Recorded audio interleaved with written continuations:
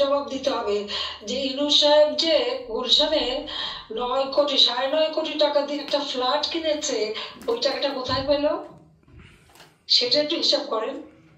সারা বিশ্বব্যাপী সে যে বিভিন্ন জায়গায় বিনিয়োগ করে হাজার হাজার কোটি টাকা রেখেছে, সে যে 666 কোটি টাকার তার ইনকাম ট্যাক্স, সেই ট্যাক্সের রায়টা হওয়ার কথা ছিল 6 তারিখে, সে 5 তারিখে আন্দোলনের নামে আমাদেরকে ক্ষমতা থেকে উৎখাত করে এবং ক্ষমতা যে আগে তার মামলা ডিসমিস, তার বিরুদ্ধে গ্রামীণ ব্যাংকে টাকা পাচার করা, মানি লন্ডারিং এবং দুর্নীতি, যেটা অডিট রিপোর্টে এসেছে।